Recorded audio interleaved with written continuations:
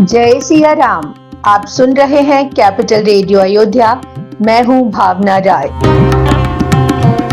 और मैं हूं वात्सल्य राय।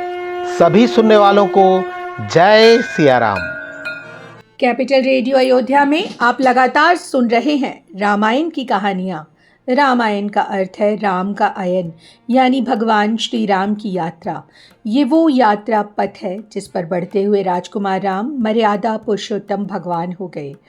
पिछले एपिसोड में हमने आपको कथा सुनाई कि भगवान राम ने भरत जी को बताया कि उनके लिए अपने पिता राजा दशरथ के वचन का मान रखना जितना अहम है, उससे भी अधिक वो भरत जी की बात को मानते हैं। ये सुनकर देवराज इंद्र और देवता डर गए कि कहीं भगवान राम भरत जी की बात मानकर अयोध्या ना लौट जाएं, और वो सब मन ही मन भरत जी से प्रार्थना करने लगे।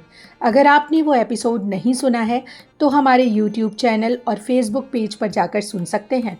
उसका लिंक भी हम डिस्क्रिप्शन बॉक्स में साझा कर रहे हैं। और अब आगे की कथा। गोस्वामी तुलसीदास जी महाराज कहते हैं, सुनि सुर गुरु सुर सन्मत सोचू, अंतर जामी प्रभु ही सकोचू। निज सिर भारु भरत जी अजाना, करत कोटि विधि उर अनुमाना। देवताओं के गुरु बृहस्पति जी की बातें सुनकर भगवान राम के मन में संकोच आ गया। उधर भरत जी को लग रहा था मानो उनके सिर पर भारी बोझ आ गया हो। वो मन ही मन विचार करने लगे। भरत जी ने काफ़ी सोच विचार किया और फिर निश्चय किया कि भगवान राम की आज्ञा मानने में ही अपना कल्याण है। निजपन तज राखे पनु मोरा, भगवान राम ने मेरा प्रण रखने के लिए अपना प्रण छोड़ दिया। ये मुझ पर बहुत बड़ा अनुग्रह है। जानकीनाथ भगवान श्री रामचंद्र जी ने मुझ पर बहुत कृपा की है। वो अपने दोनों हाथ जोड़कर बोले, हे प्रभु, आप तो कृपा के समुद्र हैं। गुरुजी मुझसे प्रसन्न हैं, आप मेरे अनुकूल हैं। मिट मलीन मन कल्पित सूला, मेरे मन में एक काल्पनिक शूल चुभ रहा था। ये जानकर वो पीड़ा दूर हो गई है। मैं एक झूठ मूठ के डर से डर रहा था। रबही न दोष देव दिस भूले, रास्ता भूलने पर सूर्य को दोष देना ठीक नहीं। मुझे नष्ट करने के कई उपाय किए गए, लेकिन आपने तो मुझे अपनी शरण में ले लिया। आप हमेशा ऐसा ही करते हैं। लो कहूँ वेद विदित नहीं गोई। हे प्रभु, ये कोई बात छिपी हुई नहीं है, ये बात वेदों में प्रकट है और इसे सब जानते हैं। भगवान राम, आपका स्वभाव तो कल्प वृक्ष के समान है। राजा हो या रंग, भले लोग हों या बुरे, सभी को कल्प वृक्ष से मांगते ही मन चाही वस्तु मिल जाती है। आपका स्नेह देखकर मेरा क्षोभ मिट गया और मन में अब कोई संदेह भी नहीं रहा। अब करुणा कर की जय सोई, जनहित प्रभुचित क्षोभ न होई। हे करुणा निधान श्री राम, अब आप वो ही कीजिए जिससे किसी को क्षोभ न हो।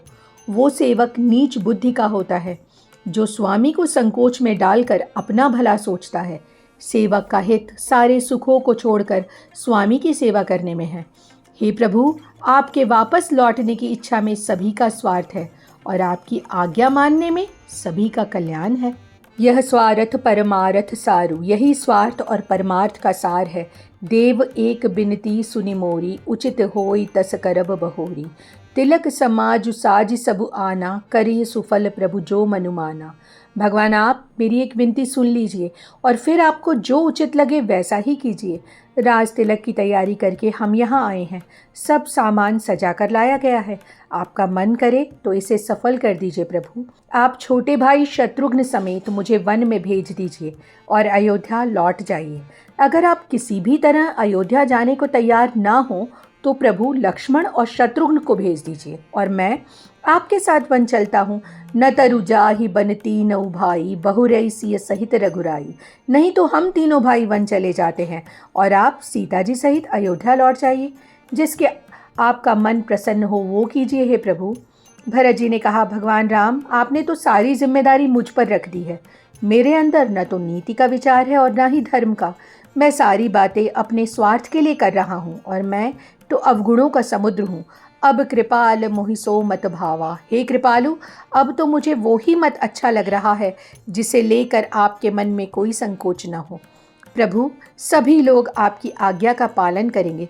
भरत जी की बातें सुनकर देवता प्रसन्न हो गए और फूल बरसाने लगे। चुप ही रहे रघुनाथ संकोची, प्रभु गति देखी सभा सब सोची। भगवान राम संकोच में थे और वो चुप रहे। उन्हें मौन देखकर सभा में मौजूद सभी लोग सोच में डूब गए। जनक दूत तेहि अवसर आए, मुनि वशिष्ठ सुनि बेगी बुलाए। उसी समय जनक जी के दूत आए। उनके आने की बात सुनकर मुनि वशिष्ठ ने उन्हें तुरंत बुला लिया। करि प्रणाम तिन्ह राम निहारे, बेशु देखि भय निपट दुखारे। उन्होंने भगवान राम को प्रणाम किया और फिर उन्हें निहारने लगे। भगवान राम का मुनिवेश देखकर वो बहुत दुखी हुए। गुरु वशिष्ठ जी ने जनक जी का हालचाल पूछा। दूत ने कहा, ये मुनिवर आपने पूछा और इसी से कुशलता तय हो गई। इस एपिसोड में इतना ही। अगले अंक में हम आपको सुनाएंगे आगे की कथा। कार्यक्रम को पसंद करने और शेयर करने के लिए हम आप सभी सुनने वालों के बहुत आभारी हैं।